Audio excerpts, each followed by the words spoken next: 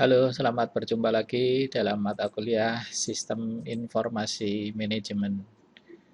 Dalam hal ini, kelas yang akan kita buat secara online, yaitu membahas tentang apa yang ada di dalam Sistem Informasi Manajemen.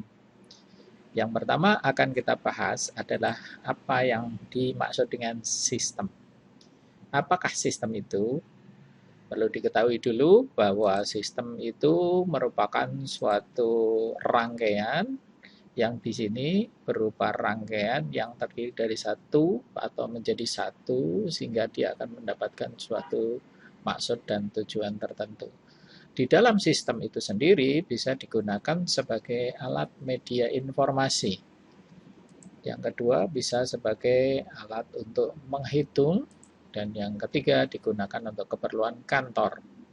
Mari kita lihat pendapat dari beberapa ahli tentang yang dimaksud dengan sistem. Sistem adalah sekelompok elemen-elemen yang terintegrasi dengan maksud yang sama untuk mencapai suatu tujuan. Nah, ini coba kalau Anda ingin menghafalkan pengertian dari sistem, Anda bisa melihat naskah atau teks yang berwarna biru, ungu, oranye, dan hijau. Itu penjenengan hafalkan dan pegang betul. Jadi kalau suatu saat nanti ditanya sistem, nah maka keempat kata itu yang harus dipegang. Sistem adalah sekelompok elemen-elemen. Ya, elemen-elemen sendiri bisa digantikan dengan bagian-bagian boleh. Jadi apa namanya, kata-katanya tidak mesti harus sama persis, cuma harus tahu dari makna masing-masing kalimatnya. Sekelompok elemen-elemen yang terintegrasi. Kalau terintegrasi bisa diibaratkan menjadi satu. Jadi elemen-elemen yang terdiri dari banyak gitu menjadi satu dengan maksud yang sama untuk mencapai suatu tujuan. Nah, paham ya kira-kira apa yang dimaksud dengan sistem? Coba kita lihat satu-satu. Di dalam gambar yang sebelah atas ini ada sebuah sistem. Namanya adalah sistem motor bakar. Elemen-elemennya terdiri dari yang berwarna hijau ini adalah aki, yang sebelah atasnya namanya coil, dan yang ini, yang saya lingkari ini namanya busi. Terus yang naik turun ini namanya piston. Terus yang berputar ini kalau orang Jawa bilang adalah roda gendeng atau roda gila, kalau orang Indonesia menyampaikannya adalah roda gila.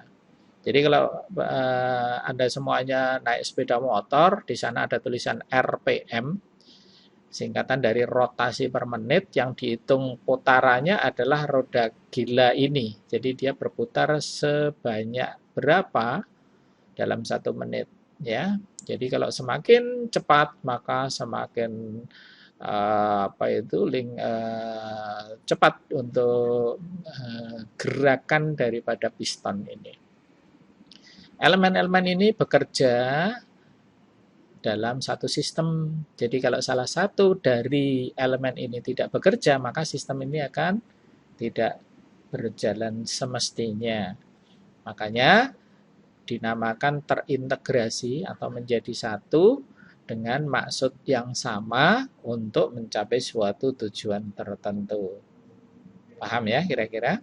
Kemudian yang kedua ini adalah sistem parabola ya. Jadi Anda bisa lihat ada wujudnya parabola sendiri.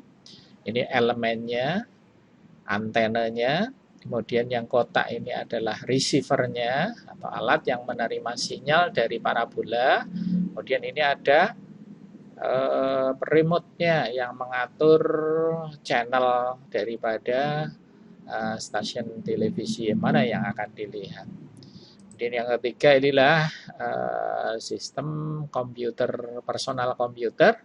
Elemen-elemennya diantaranya ada monitor, keyboard, mouse, dan kotak CPU ini, yang di dalamnya banyak sekali elemen-elemen yang mungkin kalau disebutkan ribuan elemen, diantaranya ada hard disk, ada prosesor, ada RAM, ada power supply, ada kondensator, ada resistor, ada IC, macam-macam gitu. Kalau dihitung mungkin bisa ribuan. Elemen-elemen ini bergabung menjadi satu yang disebut dengan terintegrasi, mempunyai maksud yang sama untuk mencapai suatu tujuan. Jadi personal komputer ini mestinya mempunyai tujuan untuk menjadi satu ini. Kemudian kita lihat, setelah kita lihat atau kita paham dengan yang namanya sistem, di sini ada yang disebutkan subsistem, yaitu sistem yang di dalam suatu sistem. Jadi sistemnya di dalamnya ada sistem lagi, itu disebut subsistem. Berarti bahwa sistem berada pada lebih dari satu tingkat.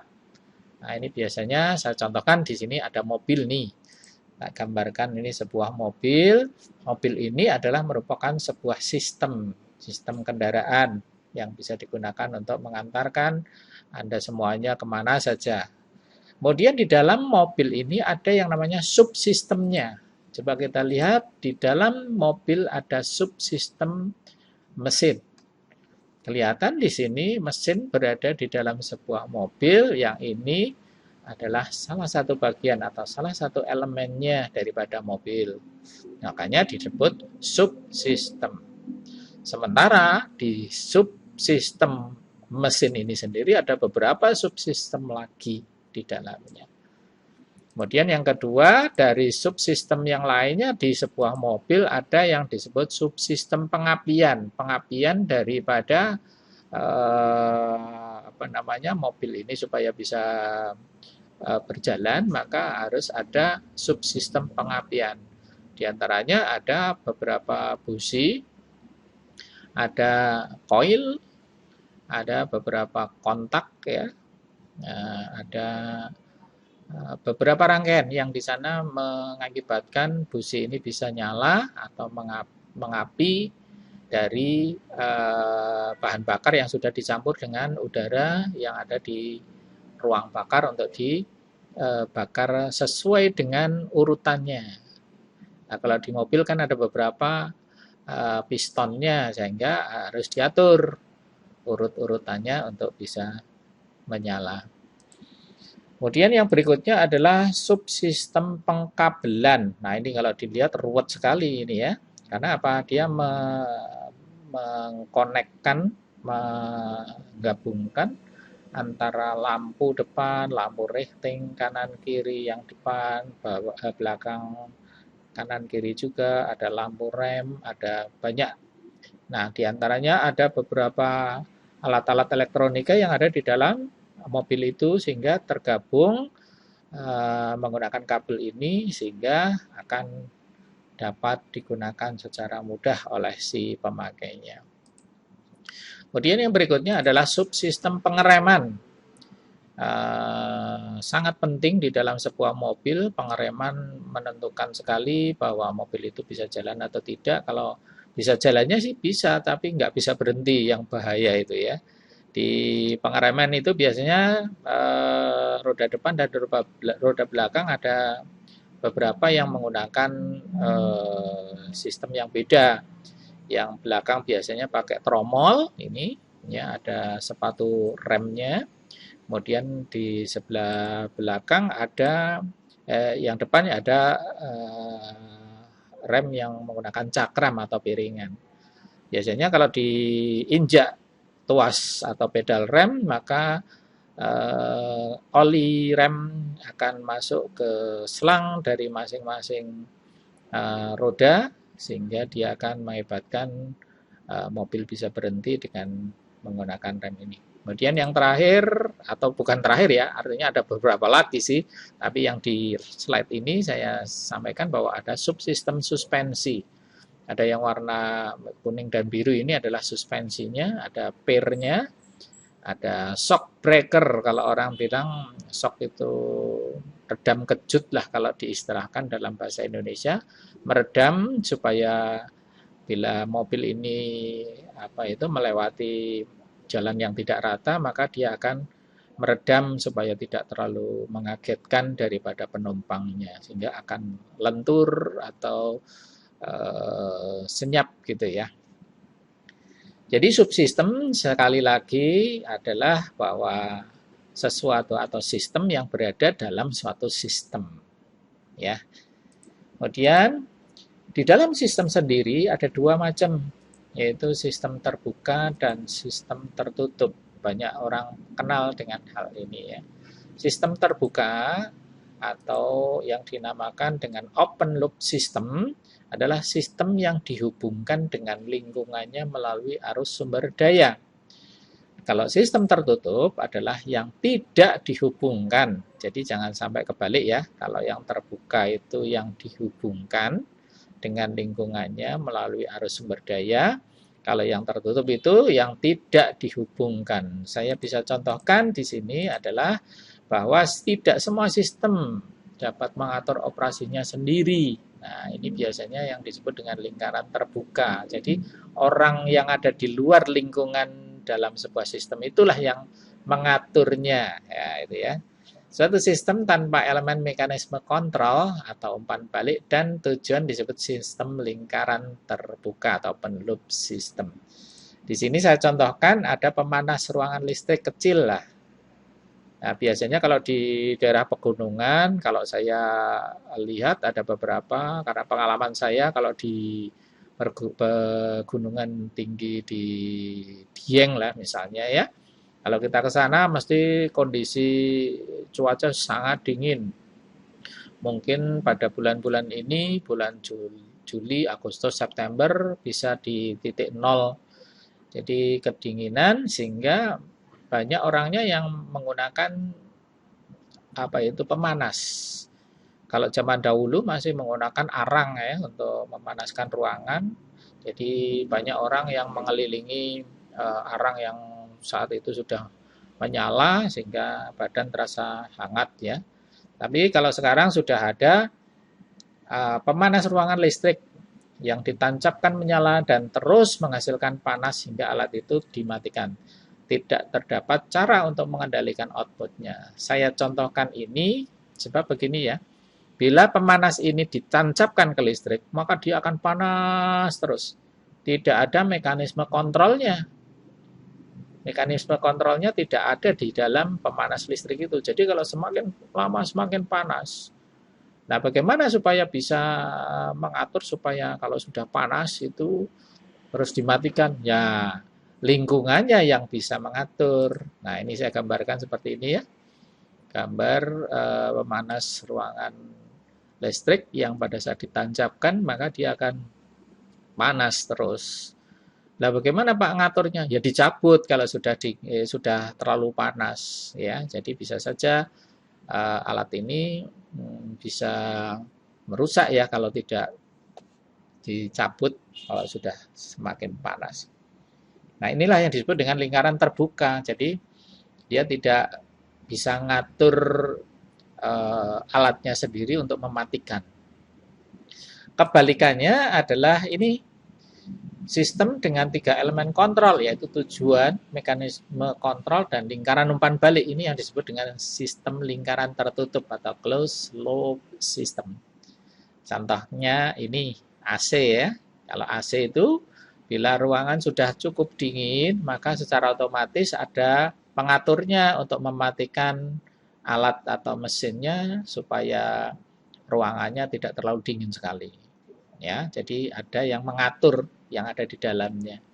Jadi dia sudah tidak terhubung dengan lingkungannya, maka dia sudah hidup dan mengatur dirinya sendiri. Demikian juga dengan ini ya, ini mesti orang-orang kos kenal dengan ini. Dispenser untuk galon ya, galon air mineral. Bila sudah panas, terutama yang merah ini, kalau sudah panas maka nyala lampu merah akan mati. Artinya bahwa sudah terlalu panas, dia akan mati. Kalau sudah dingin lagi, dia akan nyala lagi, otomatis untuk mengatur kepanasannya, tingkat kepanasannya. Oke, saya lanjut. Bagaimana dengan sistem bisnis? Kalau sistem bisnis itu kita melihat bahwa salah satu bagian elemennya adalah manajer. Nah, tanggung jawab utama seorang manajer adalah memastikan bahwa perusahaan untuk bisa mencapai tujuannya. Nah, Berbagai usaha diarahkan untuk membuat berbagai bagian perusahaan bekerja sama seperti seharusnya. Ini yang disebut dengan saling terintegrasi, saling berhubungan. Jadi berbagai bagiannya, bagian-bagian daripada sebuah perusahaan akan bekerja sama. Ini yang disebut dengan terintegrasi tadi. Sehingga manajer adalah elemen pengendali dalam sistem bisnis ini. Untuk apa? Menjaga sistem itu agar terus berjalan dan bergerak menuju tujuannya. Nah, sistem perusahaan berada dalam satu atau lebih sistem lingkungan yang lebih besar. Nah, biasanya kalau lingkungan lebih besar dan di sana banyak sekali sistem-sistem lagi, biasanya disebut super sistem. Nah, super sistem itu dicontohkan misalnya jika perusahaan itu suatu bank misalnya, maka ia merupakan bagian masyarakat keuangan, masyarakat bisnis, masyarakat setempat, dan masyarakat di lingkungannya.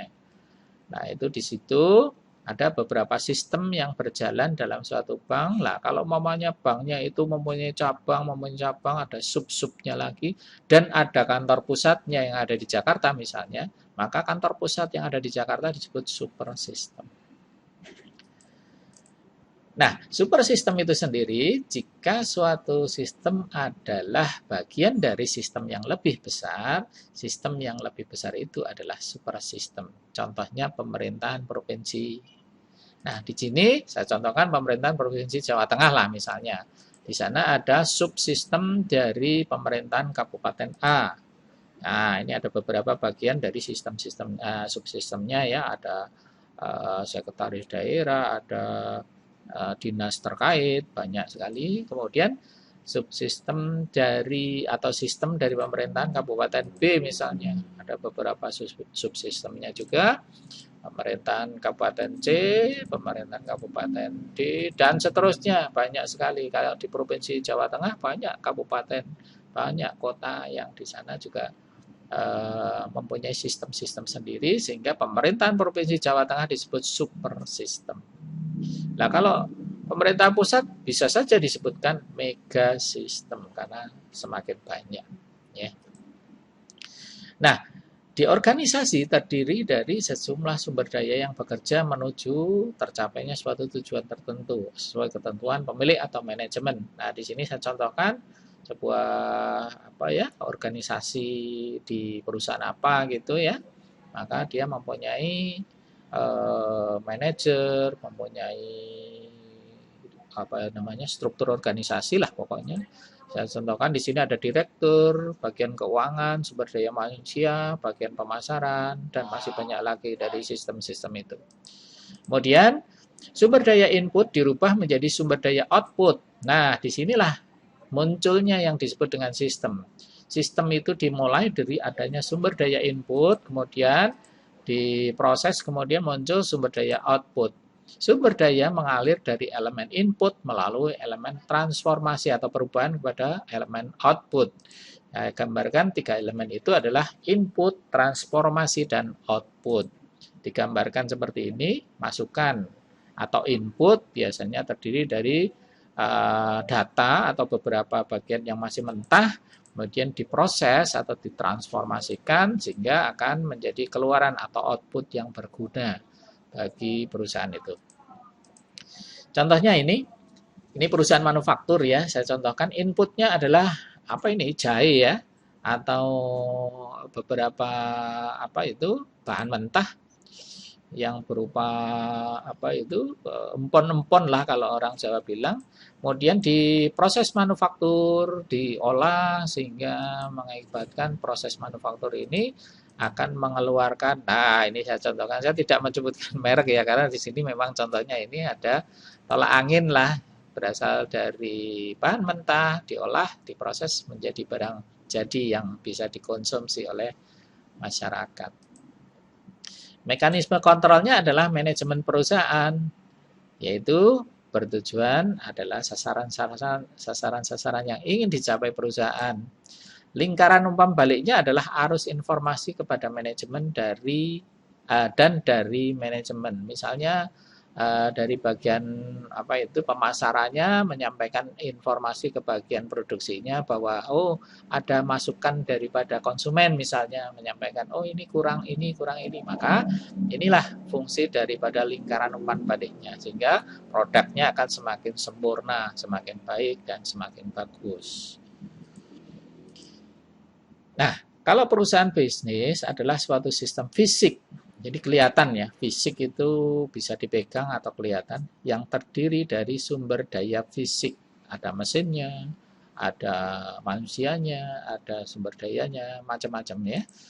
Nah, sedangkan sistem konseptual sebaliknya adalah sistem yang menggunakan sumber daya konseptual atau yang berupa informasi dan data yang masih berupa bahan mentah lah, artinya dalam pikiran-pikiran manusia, itu konseptual ya.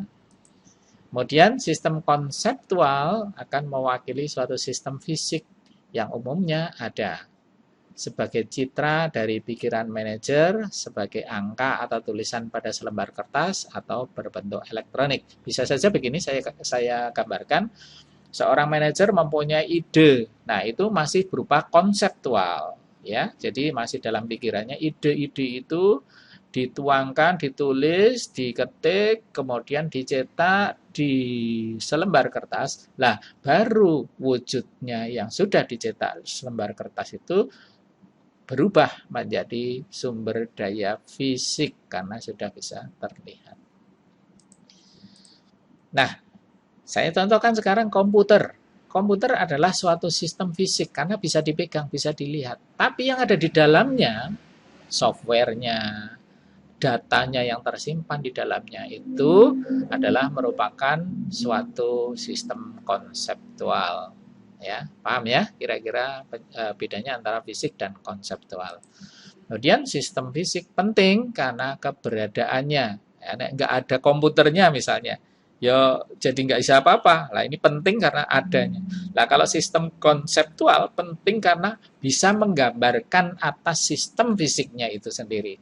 Artinya komputer misalnya saya contohkan tidak ada softwarenya, kira-kira apa? Hanya barang yang teronggok nggak bisa digunakan kan? Nah, tapi kalau sudah ada softwarenya, bisa ada Microsoft Word-nya atau apapun yang ada di dalam komputer, maka dia bisa digunakan seperti biasa untuk membantu kinerja daripada beberapa orang yang menggunakannya. Nah, contohnya ini ya. Jika penyimpanan komputer, ya di komputer terlihat bahwa ada 70 perkakas, ada 70 perkakas dalam gudang. Ini dalam sistemnya yang ada di dalam komputernya. Tapi pada saat diinspeksi di gudang, harus juga mengungkapkan ke-70 perkakas itu. Jangan sampai antara yang ada di komputer dengan fisik yang ada di gudang kok tidak sama. Lah ini ada sesuatu yang tidak benar berarti di sana, entah itu disembunyikan, entah itu dicuri, entah dirusak atau bagaimana. Ya. Jadi saya gambarkan di sini seorang mengecek di dalam apa itu komputer menunjukkan 70 perkakas di dalam gudang harus sama. Ya, jadi ini merupakan sesuatu yang memang harus sinkron antara sebuah sistem ini dengan keadaan fisik. Oke, saya kira itu dulu materi kali ini. Semoga bisa bermanfaat dan bisa dijadikan sebagai pengalaman bagi panjenengan semuanya, bisa sebagai tambahan ilmu bagi panjenengan.